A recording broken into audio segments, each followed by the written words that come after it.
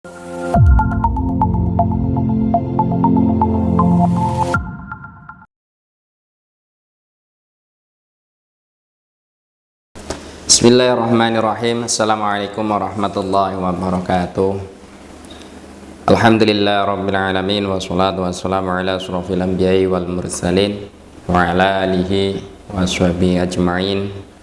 Qala rabbi shrah li sadri wa yassir li amri wahlul 'uqdatam min lisani yafqahu qawli, amma ba'd.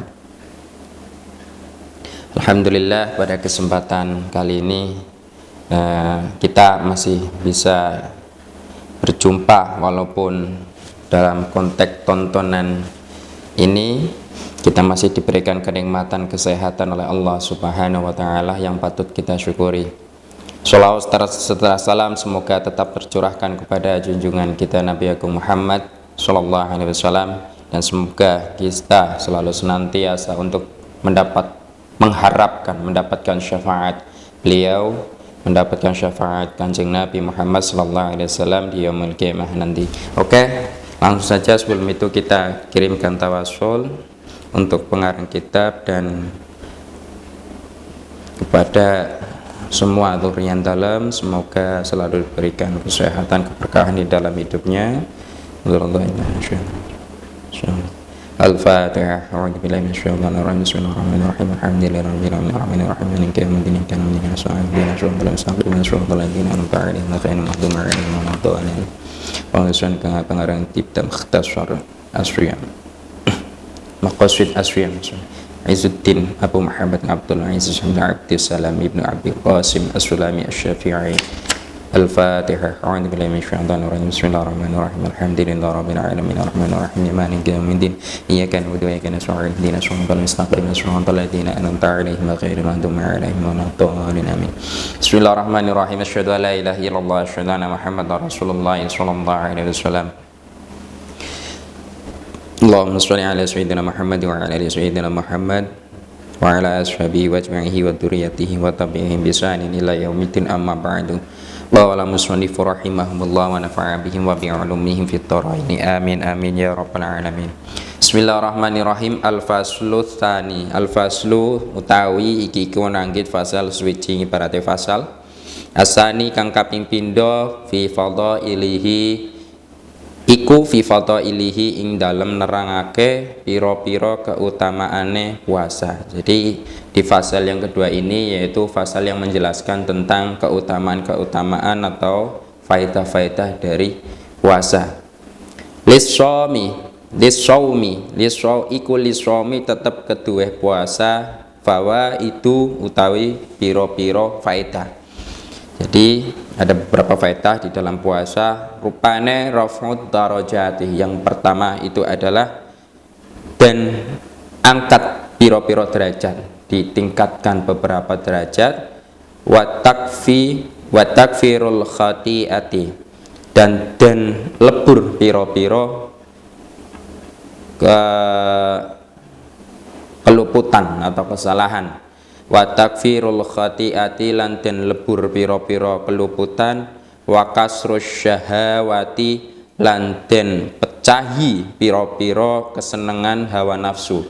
Wa taksirus shadaqati, lan den akehake pira-pira sedekah. Wa tawfirut ta'ami wa tawfirut ta'ati, lan den sempurnaake pira-pira taat. Wa syukru alimil khafiyati, lan syukur ing zat kang pirsa pira-pira perkara ingkang samar. Wal inzijaru lan kecegah ngan khawatiri saking pira-pira krentek al ma'asi, pira-pira maksiat. Ngan khawatiril ma'asi, jadi kerentek atau kerentek itu kayak mawas diri dari beberapa maksiat. Wal mukhalafati, mawas atau hati-hati ya, kehati-hatian. Ngerentek itu ngerentek. Wal mukhalafati, lan ngerentek piro-piro perkara kang nulayani syariat. Nah, jadi ada beberapa faedah di dalam puasa dijelaskan di sini raf'ut darajati. Raf'ut darajati dari beberapa faedah ini nanti pun selanjutnya akan dijelaskan fa amma raf'ut darajati fali qaulihi sallallahu alaihi wasallam idza jaa ramadhan futihas abwabul jannati wa ghuliqat abwabun nari wa sufidatis syayatin. Nah, itu. Nah, sebelum itu dijelaskan bahwasanya fi fadailihi, di dalam puasa itu terdapat fadilah, terdapat faedah yang banyak di dalam puasa. Yang salah satunya raf'ut darajat, yaitu ditingkatkan atau diangkatnya derajat orang yang berpuasa, wa takfirul khati'ati, dan lebur tahu ya, berarti ya dihilangkan beberapa kesalahannya. Seperti halnya pada pasal yang pertama sudah dijelaskan bahwasanya puasa itu fa inna shaumahu sababun li ghufrani dunubil mujibati linnar. Bahwasanya puasa itu salah satunya yaitu menjadi sebab seseorang itu diampuni, diberikan ampunan atas dosa-dosanya, di mana dosa-dosa itu yang memungkinkan seseorang itu bisa masuk ke dalam neraka. Nah, di sini dijelaskan lagi bahwasanya faidah dari orang yang berpuasa, faidah dari puasa itu tersendiri yaitu wa takfirul khati'ati, yaitu dan lebur beberapa kesalahan atau keluputan ya. Jadi puasa itu menjadi penghilang dosa, menjadi penghilang beberapa kesalahan seperti yang dijelaskan di pasal sebelumnya, yaitu fa inna shaumahu sababun li ghufranid dzunubil mujibati linnar. Dari situ sudah dijelaskan bahwasanya puasa itu menjadi salah satu sebab seseorang itu diampuni dosa-dosanya, di mana dosa-dosa seseorang tersebut itu yang memungkinkan seseorang itu bisa masuk ke dalam neraka. Dan disinilah di bulan Ramadan inilah mempunyai faedah di mana kesalahan-kesalahan kita, terus dosa-dosa kita, keluputan kita itu bisa diampuni karena puasa yang kita lakukan dengan ikhlas. Wakasrus syahawati, yang selanjutnya puasa itu menjadi pemecah dari beberapa kesenangan hawa nafsu. Jadi puasa kita dengan penguasa itu bisa mengeker hawa nafsu kita, bisa membatasi hawa nafsu kita untuk makan, hawa nafsu kita untuk minum, hawa nafsu kita untuk melakukan maksiat, melakukan perbuatan yang seharusnya tidak dilakukan. Itu puasa bisa mencegah itu semua. Beberapa bisa mencegah dari hal-hal perbuatan maksiat. Wa taksirus shadaqati, dan memperbanyak ngakeh no sedekah. Jadi puasa yang kita lakukan juga bisa memperbanyak sedekah kita. Bagaimana nanti kok puasa bisa memperbanyak sedekah? Nanti di hadis selanjutnya itu dijelaskan kenapa puasa itu bisa memperbanyaknya beberapa sedekah. Seperti sedikit bisa dijelaskan ketika bulan Ramadan datang, orang-orang berbondong-bondong untuk semakin giat, untuk semakin bersemangat memberikan sodako, memberikan makan orang-orang berbuka, infak, sodako dan lain sebagainya. Itu sekarang semakin, karena ketika bulan Ramadan datang, orang itu semakin bersemangat untuk melakukan kebaikan, dan salah satunya yaitu sodako. Terus wa tawfirut ta'ati, dan menyempurnakan, menjadi puasa itu bisa menjadi penyempurna ketakwaan kita kepada Allah, seperti halnya yang difirmankan oleh Allah, la'allakum tattaqun, supaya kalian semua itu menjadi bertakwa. Nah, ini Allah pun berfirman bahwasanya puasa itu bisa meningkatkan ketakwaan kita. Salah satu dari kaidah puasa itu bisa meningkatkan ketakwaan kepada Allah, ketakwaan kita kepada Allah.